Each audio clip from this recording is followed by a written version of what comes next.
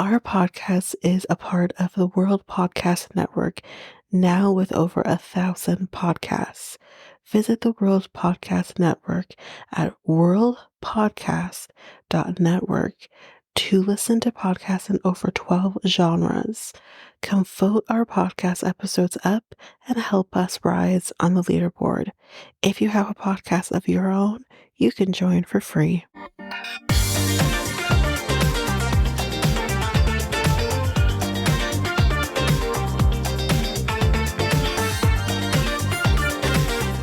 Welcome to Reality Tea Times 2, the podcast where we discuss all the trash reality TV we love to hate. I am Tanika, and today we're going to be covering The Last Resort. I believe this episode will be covering 2 episodes, episode 4 and 5. But before we do, we're going to do hot goss. But before we even do that, announcement. Again, reminder, Patreon is live currently. You can go down to the show notes where you can click on the link to join the Patreon. Currently, we have Star Jersey Shore, which comes out every Thursday, and we have had the first, or started anyways, the first true crime documentary with the Ashley Madison doc. So that the first part has just come out. We'll talk about time recording this maybe a couple days ago. And then the second part will be out on Patreon next week. But if you want to take a listen to that doc, there is a bonus episode for the Ashley Madison one that came out yesterday. You can take a listen to it. Okay, so let's get into the hot goss. So this is Sister Wives related. This is related to Maddie and a podcast that she was a part of. So back in November, Maddie shared with followers that she had decided to set up a podcast. And at this rate, who hasn't? Am I right? In a message to Sister Wives fans, she shared, "Big news, friends. The Authentic Society podcast is coming. This has been something we have loved working on, and we are so excited to share it with you, creating a place to dive into the raw, real sides of womanhood, friendships, marriage, faith, and the relationships that shape us." Maddie also noted, "We're not here to gloss over the hard stuff or throw out perfect solutions. Instead, we're unpacking real stories, sharing laughs, and learning together. Can't wait to have you join us on this journey." So this was in November. The podcast had its inaugural episode on November 4th. She was co-hosting with her friend Jamie Landley, and the teaser got fans talking. One episode had Maddie and Jamie talking about childbearing, with the mother of 4 sharing, "You can't win." But more interesting was when Maddie spoke out about Cody having strong feelings about her choosing to live with her husband before marriage. But Maddie has now decided to leave the podcast, stating this, and this is on the Authentic Society podcast Instagram, saying, "The closing of a chapter. After much reflection, I've decided to step away from the Authentic Society podcast. I've truly enjoyed the experience, learned so much, and am deeply grateful for the support from all of you. However, it's clear this project no longer aligns with my goals or the vision I have for my future and my family. While I'm closing this chapter with the Authentic Society, I'm not closing the door on podcasting forever. Who knows what the future might hold. For now, however, my focus is on the season I'm in, being present for and focusing on the well-being of my growing family, building Taida Farms, I guess that's the flower farm, and starting the build of our new home. All of these things are where my heart currently is and what I feel needs my full focus right now. Thank you for being part of this journey. It's meant the world to both Jamie and myself. Jamie will be continuing the podcast, and I wish her all the love and support. Maddie." So that's that piece. On to the next piece. This is Bachelor related. So another Bachelor romance has run out of roses. Matt James and Rachel Kirkconnell have officially split after 4 years together. Matt broke the news on Instagram a couple weeks ago, posting a throwback pic from the moment they met, along with a heartfelt message asking God to help them mend their broken hearts. Matt had the comments turned off on that post, but fans swarmed his previous one just 12 hours earlier of him and Rachel munching on pizza in London, dropping messages of pure shock and heartbreak. A lot clearly went down in those 12 hours, and fans had questions, especially since back in October, Matt was out there teasing and engagement was on the horizon. Oh well, I don't know. Am I just cynical? I don't care about these two. Maybe that's just, I've never really cared about. So, yeah, like I don't care. But, anyways, let's move on to the next piece, the last piece. This is Love is Blind related.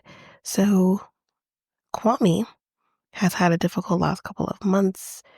He revealed Thursday that he's been diagnosed with ulcerative colitis, which the Mayo Clinic describes as a, quote, type of inflammatory bowel disease that causes inflammation and sores called ulcers in part of the digestive tract. Weight loss, fatigue, fever, belly pain, and cramping, and diarrhea can be among the uncomfortable and often painful symptoms. Kwame said he wanted to share his story as it could help others. He does have a video on his Instagram if you're interested to watch. But in the caption, he says this: time to talk about a topic I usually avoid, the dangers of letting a mild illness stick around too long. It can lead to much worse possibilities. The end of 2024 came with an almost very scary diagnosis, which seemed all too possible. I don't typically talk in depth about health openly, but this experience changed the way I think about it. As someone who's never experienced health-related issues, I'm now forced to change my diet and lifestyle to accommodate my health, happily accepting that responsibility and encouraging everyone to stay ahead so you don't get too far behind. In November, he began in the video, I just got a little bit sick. I felt just a little bit off, but I didn't take it too seriously. And then next thing you know, we're about a month in. So here's why that month of waiting really hurt. Because by the time I got to the doctors in December, I was having fevers for about 3 weeks and had lost 20 pounds. The doctor told Kwame there were several ailments in his symptoms several ailments and his symptoms could be attributed to getting confused. Cancer was one of them, which was very scary, he noted in the caption. Let's bring this full circle back to the purpose of why I'm actually telling you this. We actually figured out that I had something called ulcerative colitis, which I was at that time experiencing at its absolute worst. Kwame had 3 takeaways from those reading his post. 1, just a quick reminder that life is incredibly precious. I didn't realize how important the normal things I did in my day were for me until I couldn't do them. Lesson number 2, small things can lead to big problems if we ignore them, so don't. Lesson number 3, information is everything. You have to know what it is if you're going to fight it. So, there you go. But that's it for the hot goss. I will have more Love is Blind related stuff that we'll talk about, but we'll save that for another episode. So let's get into the reason that we are here. The Last Resort, Season 2, Episode 4, The Last Word. So Julia goes out to talk to Natalie after the invite me to Vegas and to kind of straighten her out. And she just leaves. At this point, she's like, fuck everybody, I'm out. It's everyone else's fault except for hers, you know? Sophie's like, she's like 30 years older than me. Like, what the hell? Like, no, she's not, but that's funny. Bitch says 30 years, 40, 50, 60, 70, 93 years old. Because let's be real. But could this fight have brought Jasmine and Gino closer? Because they're like connecting on this whole nonsense with Natalie. He's like, it's hot when you defend yourself. So it's hot when she defends herself against other people and fights with other people. But not with Gino. Her protecting herself turned him on, he said. And I'm like, oh y'all, sound the alert. He is turned on. Didn't think that was possible. Anyway. And then they actually kiss. on the lips. I'm shooketh. I don't know about anybody else, but I'm shooketh. And then they also slept in the same bed. Y'all, we're making progress. They're sleeping in the same bed. Whoa. And then while in the same bed, they kiss again. Wow. Who knew? Anyway, so Brandon slept on the couch because he didn't want to. So Brandon slept on the couch because he didn't want to sleep next to her. He's like, what was with the way you were dressed? He says, you want to be sexy. Yeah, he says, like, you want to be sexy for me. I'm the one you should be sexy for. Sorry, guys. Just have to take a quick pause there. So, anyways, yeah, so he says, nah, you should be sexy for me. And I'm like, the fuck? Like, again, that is her only purpose. I'm not saying that's what he's saying, but her only purpose is to be sexy for him. And it's like, she doesn't have to be just sexy for you. She's allowed to be sexy for herself. Anyway, he went as far as to say to her, you dressed like a whore. Oh, oh. Listen, the day my man says to me that I dressed like a whore is the day he is no longer my man. Like, who are you talking to? How dare you use that terminology? Like, it's not to say, ugh, I didn't like that. So anyway, Josh is packing to get the hell out of Dodge. And he says, like, she needs to know how to be normal. And I said, that's a tall, tall task. He goes to her room to talk to her. He didn't stay in the room with her. And he's like, I never hit on her. That's a lie. He's like, you don't even know what happened. Listen to you. You don't know what happened either, but you do. And she says, you're a whore. You fuck everyone that walks. And I said, okay, that's true. And he then says, I'm afraid I might catch something from the air because she's crazy. He's like, I'm afraid I might catch crazy. And I personally, like, when he says he was leaving and I hope he apologized to everybody, the look on her face, I think he broke her. I swear to God, I think he broke her. Like, yeah. Anyway, now we have group therapy. We have sex therapy. Stacy can't feel anything, she says. Like when they're doing the paintbrush thing, she's like, it's all maybe the whole surgery. Yeah. Ari and Benny haven't had sex in a year, so this is weird. And then it also looks like a porno with Gino and Jasmine. Like, legitimately. Oh, they might fuck. Spoiler alert, no, they won't. Sophie wasn't into licking his nipple. I don't know.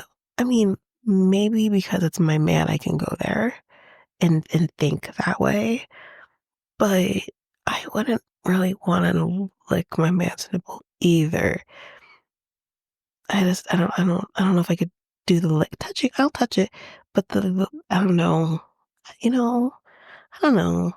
I don't know if it's just not my thing. Anyways, meanwhile, Natalie is having her own therapy with James, and she tells him about Vegas. And James says, like, I don't know, man, is there something maybe from your past that could be affecting you? Yeah, yes, there is. And I thought in this moment she might talk about her dad's abandoning her, her failed marriages, maybe the fact that her mom is a little interesting with her parenting skills, the things she does to her child. Nope, that's not what she says. She says none of those things. She says, well, I was bullied in school. Man, we all were. I was bullied. You were bullied. But your neighbor was bullied. We were all bullied.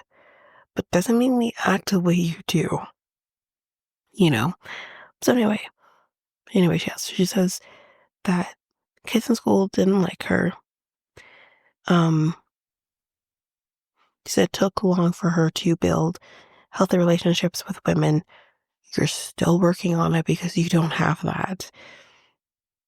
And she starts crying. She says, like, I don't, um, I think it's desire, I think is what I wrote here. To be loved, like I have to fight to be loved. And Natalie says, I was a monster last night. Straight up. I was a monster last night. And I should apologize. But I don't give a fuck. Oh, I mean, how quickly they were able to get to this point. I'm just like, of course she doesn't care. Like, James was bamboozled and he believed everything. And I knew she was bullshitting. And I'm not a therapist. Anyway, back to the sex therapy. I think I might have gone ahead a little bit. That might have been in the preview, but anyways, we go back to sex therapy and then we are playing yes, no, or maybe. We'll talk more about that game in a second. James tells Natalie she needs to work to have a better relationship with Josh, better communication. He also tells her, I think you need to address the group. Maybe have an apology in there. Just saying. She agrees. And she says she feels good about being heard by James. And I'm happy she feels happy. And she says, I do have to work on my emotions. You think she needed to work on her emotions before she even left Ukraine. When she had that argument with Mike, your emotions were over the top. That argument, you know what I mean? So, anyway, so she says, she's working on her emotions. And last night she was acting like a monster. Her words. And she says, like, I should apologize, but honestly, I don't give a fuck about what they think about me. And I'm like, and there is the truth. She doesn't care. I, anyways, back to sex therapy. So we're doing this yes, no, maybe. And with yes, no, maybe, they basically have to write down like what it is that they would like to try. Whatever it is, doesn't matter. And then she'll read what that is, and everyone will have to decide yes, no, or maybe if they would do that. And Gino's like, how dirty can I make the idea? As dirty as you want. Really? Sir, you're saying how dirty can I make it when you're not even having sex with your wife? Anyway, one of the ideas is make a sexy video. And Jasmine says yes, but Gino says maybe. And then the next one is how about a third person? Julia, Sophie, and Rob say maybe, and Brandon says no. And when he's asked, like, how does that make him feel? He says, she won't even have sex with me, but you want to invite a third? Are you kidding me? Like, he's pissed. And honestly, I kind of understand him in this moment. How can you even say that you don't want to have intimacy with me, but you want to include a third? Are you for real? That doesn't make sense. He's like, maybe I should go to yes, because let's be real, that's every man's like fantasy. But I didn't because I want to respect my partner. And she says, like, well, we're here to be honest. That's besides the point. Like, you have to also be, like, have common sense that I'm not even having sex with my husband. Maybe I should say no to this. But he says, well, fuck it. If you're going to say maybe, then I'm going to go say yes. And he moves over to the yes, which also isn't good because that's like tit for tat. But I get it. But then we have Jasmine and Gino in the yes. And he's thinking more like the fantasy. Add another girl to the mix. One time thing. Whereas Jasmine isn't thinking that way. Jasmine is thinking not so much a third, but an open marriage. Since they're not having sex, maybe this is something that can deal with that need since he himself is not dealing with that need. What was she thinking? Because I feel like in this moment, you guys are advancing, just advancing. There was a time and a place. Maybe now wasn't the time because you guys actually seem to be doing decently, making strides. Talking about having an open marriage is definitely taking that back. And I kind of agree with him on the fuck. Do I agree with him of where is this coming from? No, sir, you must know where this is coming from. I understand her. I understand why she's saying it. But then at the same time, it's like, okay, maybe I'll store that away for another time because we're actually making some form of progress right now. Between last night, today, we're actually communicating, we're actually doing good. Maybe it could be short lived, but maybe still live in the moment. Uh, I don't know. So Gino is like, well, I guess we're worse than I thought we were. And yeah, but that's basically where episode 4 ends. We're going to take a quick break here. And when we come back, we will jump into episode 5.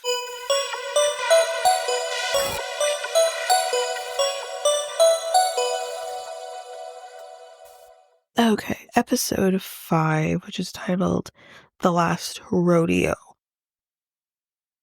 So Gino says that this is not something that he wants, which, I mean, he's entitled to say.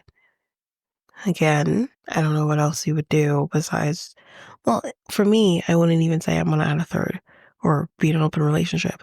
I'm just leaving you, you know? He says, like, we're married. Again, then do what married people do and have sex with your wife. Anyway, he says that could become like a long term thing. That's not what he wants. She says, I want you as my husband, but there are things that I need. And like, I don't think you can give that to me. And she does not want to be in a sexless marriage, but girl, that doesn't change anything. Being in an open relationship, and Reba says it, being in an open marriage, an open relationship, when you and your partner are not having sex and you're only doing it to fulfill the sexual need, isn't going to make your relationship with Gino better because you're still not having sex with him. I mean, do I understand that visceral need of, I want to have sex? Yes. But just in my experience, yes, do I crave sex generally? Sure. But I'm not just craving sex generally, I'm craving sex with my partner. And I'm sorry, but having sex with somebody else isn't going to satiate that need. There's no one can satiate that need except your partner. So you need to be having sex with Gino too in order to feel like you're being fulfilled in this relationship, in this marriage. And how things are going, you're never going to have that if Gino doesn't deal with his shit. And Gino doesn't want to deal with the shit. But it's not going to change anything. I think what I'm trying to get, if anything, it's going to make it worse. Then Gino says, for me, this is a deal breaker, which he's entitled to say. I think that would be a deal breaker for me too. It's like, where did this come from? Sir, it came from the fact that you're in a sexless marriage and your wife is frustrated. She wants to have sex and she wants to have sex with you, and you're not doing that. So, yeah, he says, oh, marriages is not for me. I'm not that guy. So I'm not the type of guy that's okay with waiting around, waiting for my wife to come home after having sex with another man. Like, it's just not going to happen for him. Anyway, then Reba gives the couples homework. They'll go through what that homework is. Ari and Vinny go on a date. Simple. Rob and Sophie, you're going to take turns dominating each other. Have fun with it. Sophie says that she's not a dominating type, but Rob is like, listen, if that gets her frustrations out, I'm all for it. Let's do it. Beat the shit out of me. Just don't kill me. Brandon and Julia, I'm assigning a prop. This is a blindfolding kit. You can use the paddle, you can whip, you can do whatever. To basically do that to each other. Stacy and Florian, role playing. Jasmine and Gino plan a night of seduction. And this is what Gino has to do for her to seduce her. And he's like non-sexual, right? Because I'm just not ready to go there. And poor Jasmine, like sitting here listening to him say this, just like, it's sad. At the same time, though, I mean, it's kind of on Jasmine a little bit. Only because maybe that would have warranted a different response out of him if things were still going in the trajectory that it was going in. Anyway, then we see the assignments happening. We see Stacy and Florian doing their role playing, cowboy and cowgirl. And she's like, you ready for a gunfight? And I'm like, God damn. Brandon and Julia are spanking each other. Sophie and Rob are doing the dominating. And she's the one dominating him. And she actually sucks a sock in his mouth, which is funny. Julia is riding Brandon like a horse. And he's like, did we do it? Did we have sex? Stacy and Florian are actually having sex. And Sophie paddles Rob's butt. And she's laughing because it keeps jiggling. Then we go to Jasmine and Gino, who are doing their assignment. It's not going to go as good. They're going to a hot tub. And she says, like, what do I do when I feel seduced? Because, like, I want you. I miss you. But obviously, like, he says, like, that's not going to happen. But he massages her. And I don't know, she kind of like, she had her back to him when he was massaging her. And she turns around, I don't know, just to maybe hug him, something. And he just like acts like he's about to get hit or something. He like backs away from her, like, oh my God, girls have cooties. Like, it was just weird. And of course, that's him rejecting her. And she says as much. And she's like, this is what you always do. And like, she's not necessarily going to try something with you, but she should be able to show any form of affection without you acting like you're about to get beat up or something. And he's like, I'm not going to have sex with you. But she didn't say she said of course she wants you. He said, that's not what you want to hear. But she wasn't trying to have sex with him in this moment, you know? He's like, I'm just too damaged. She's like, too damaged my ass. Maybe in this case, I'm going to give it to him somewhat. And he's like, but you just told me that you want to be in an open marriage. And she says to him, like, but you don't even want to have sex with me. So what is the big deal if someone else wants to have sex with me? And she's like, I mean, you pleasure yourself. Like, what am I supposed to do to be pleasured? And he's like, what do you mean? What? And she's like, well, your porn addiction. And he's like, I don't have a porn addiction. Like, he's acting like he doesn't watch porn at all. I don't think that's what he's saying. And honestly, do I think Gino has a porn addiction? I don't know. I think men are just different, but like, I don't know. But to her, she sees it as a porn addiction. Sees it in the sense of you'd rather do that than have sex with me, which can be, it can definitely be a problem, but I don't know. But either way, it's a problem for her. He watches too much porn. And she's like, you know what? This is why you're in a bad mood, because you're not able to watch your porn and masturbate. And he's like, no, no, no, sir. You're masturbating. You haven't had sex in 8, 9 months. You're masturbating. Just, it is what it is. And she's like, you know what? You go back to the room. You do your masturbating. I'll wait here. Go do your thing.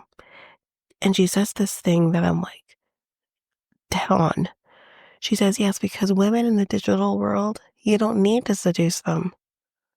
You don't actually need to put the work in. And that is so true. The next day, Stacy says, it was so much fun riding you like a horse. I'm going to take my horse to the old town road and I'm going to ride till I can't no more.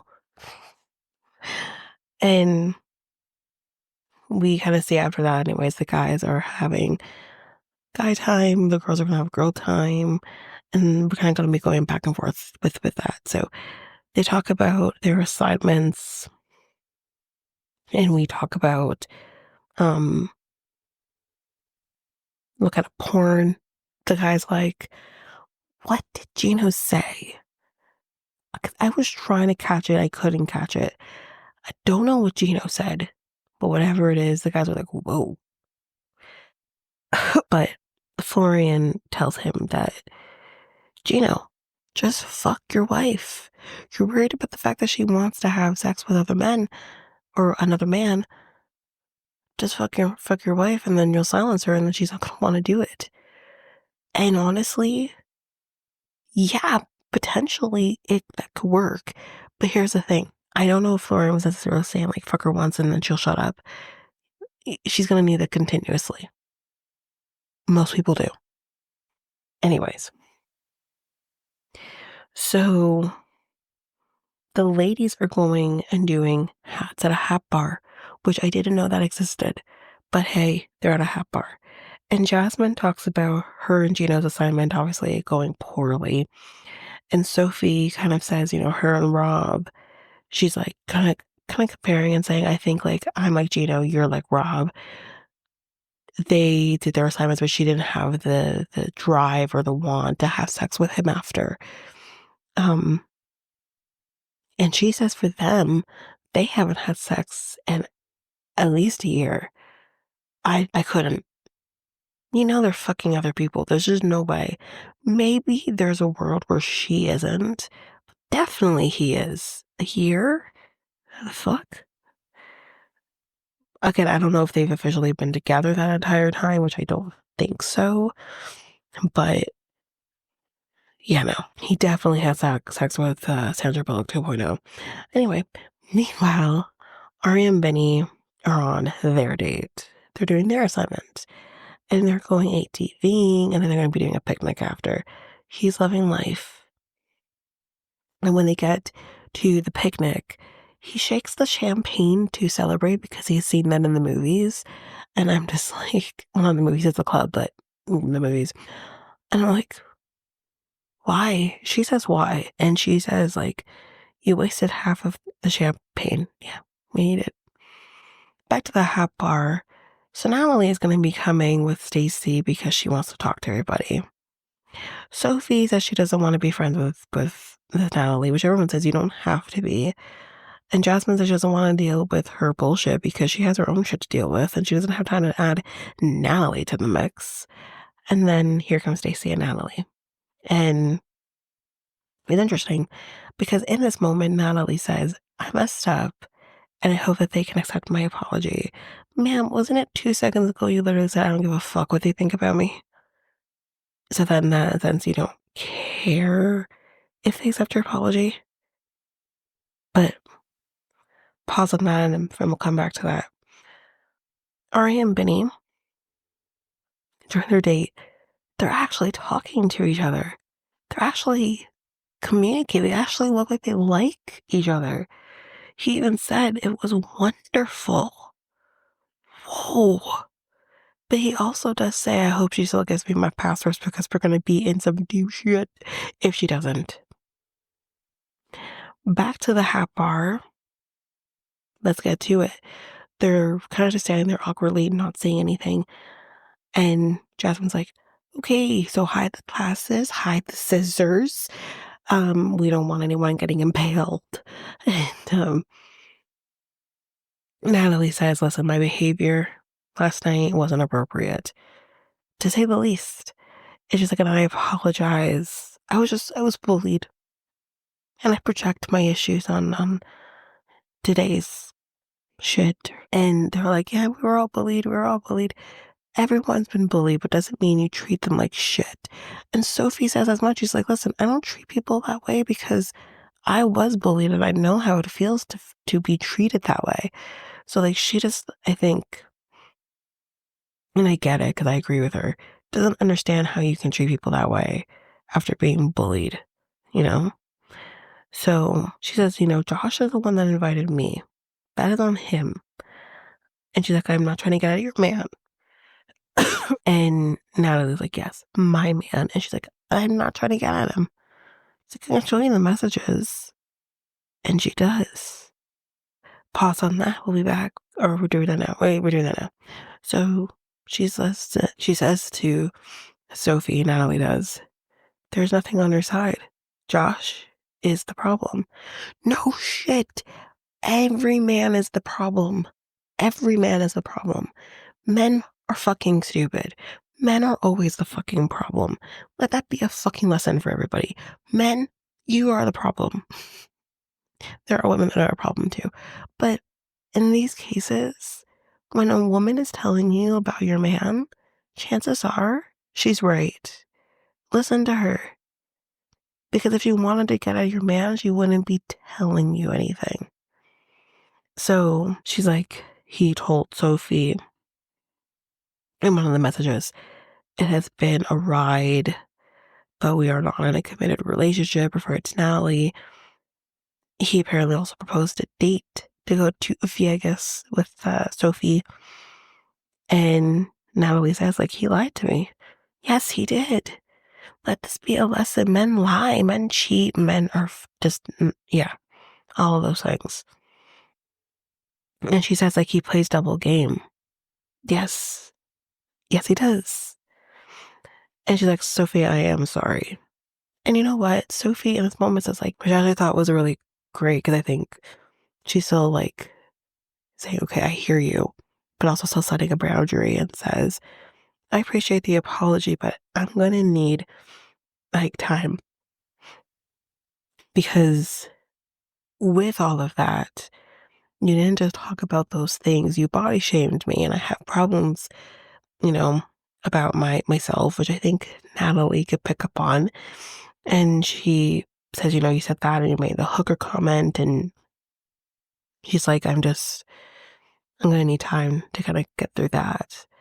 And she's like, yeah, like, yeah. Anyway, then Stacey's like, so we all good? We all good? We're good? Like, we're going to be able to find, we can all support each other during therapy. And I'm like, yeah, we can be cordial. So then the guys, we see them playing beer pong and the shit's about to hit the fan. They go to the bar and Gino's drunk. Gino is gone. The ladies end up showing up after. And Gino's like, whoa, give me your hat. Because that's a different hat. He doesn't have a hat like that. Anyway, he's like, ooh, new hat. And Gino says, or sees Natalie. She's like, oh, look who's here. They say Natalie. And Gino's like, oh my God, Natalie, let me hug you, y'all. His head was on her boobs. Did anyone catch that? Or his head was on her boobs.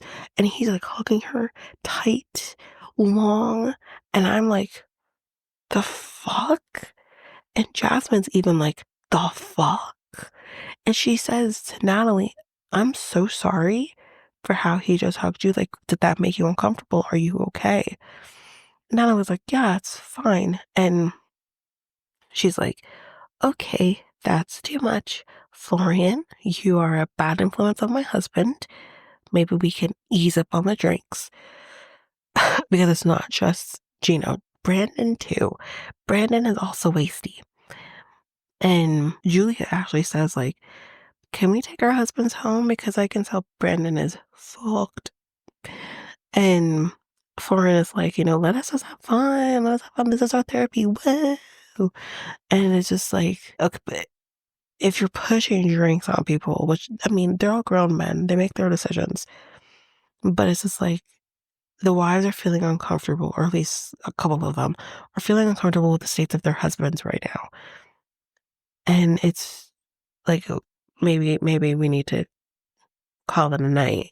Then Stacy's like, I'm going to need you to lower your voice and your tone. But then, because Jasmine's not liking where this is going, like they're literally ordering drinks, Jasmine takes the drink out of Florian's hand and dumps it. Nothing happens the first time. Florian's like, what the fuck? Like, whatever. But then he orders another drink. Jasmine's like, I'm going to destroy those drinks too. And she goes around Florian, grabs the drinks, and dumps them.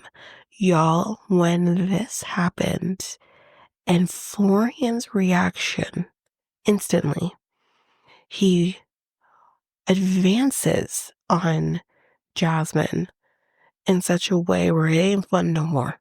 Okay? He advances on her. He's like, why the fuck do you keep destroying the drinks? Like, he's literally, like, it looked like he wants to hit her. That's how it felt. And Stacy's like trying to diffuse the situation or come between them in a way where it made me feel, I'm not necessarily saying Florian has laid hands on Stacy. I'm not. But it made me think, like, something like this has happened before and it's not ended well. And I don't think Florian gives a flying shit what gender of person is the issue for him. And then maybe he has done something before and Stacy knows what he's capable of because she has seen it. Just the way she was really coming between them and kind of being like, it just felt like this was familiar to her. And I really thought he was going to hit Jasmine.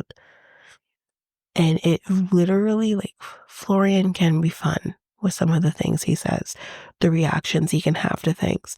This put a bad taste in my mouth. And honestly, with the episodes that followed after, a few of the episodes following after, that bad taste wasn't leaving. I think it wasn't until maybe last week's episode, like in modern day, where I was like, okay, I can feel like I don't want to be sick staring at Florian after that happened. So it takes a while for me. But going back to it, I'm just like, my God, like, what is happening? But anyways, that is it for this episode. We did do 2 episodes. So with the next episode we're going to be doing is finishing up the B90 tell-all episodes. So there's 2, they're both an hour. That's what we're going to be doing. We're finishing that up in 1 episode. And then that's that. But anyways, that is it for this episode. So if you like what you heard, please rate, review the podcast on either Apple Podcasts or Spotify. Also, don't forget that you can also share us with everyone in your life if you really love this. And I do want to read those reviews. I'm definitely getting 5-star ratings, but I want to read those reviews. So send me those reviews and I will read those 4 and 5-star reviews on the podcast. Also, we're on every one of your favorite podcast apps. Every one of them, including you can find us on YouTube at Reality Tea Times 2. If you want to connect with us, you can do so by going to either Facebook or Instagram at Reality Tea times two. You can also find us on Twitter, TikTok, Reddit at Reality Tea times two pod. We also have our email, which is at realityteatimes2 at hotmail.com.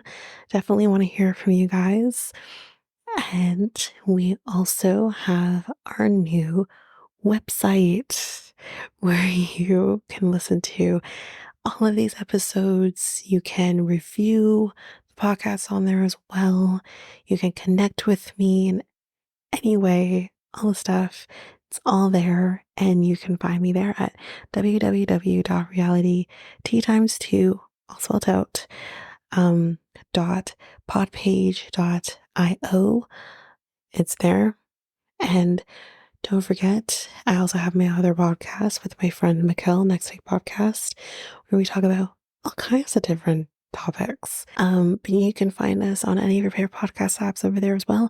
Or you can also go to YouTube and you go to Next Take Podcast, as well as our website, which is solo.to/Next Take Podcast. So yeah, there's that, and that's basically that.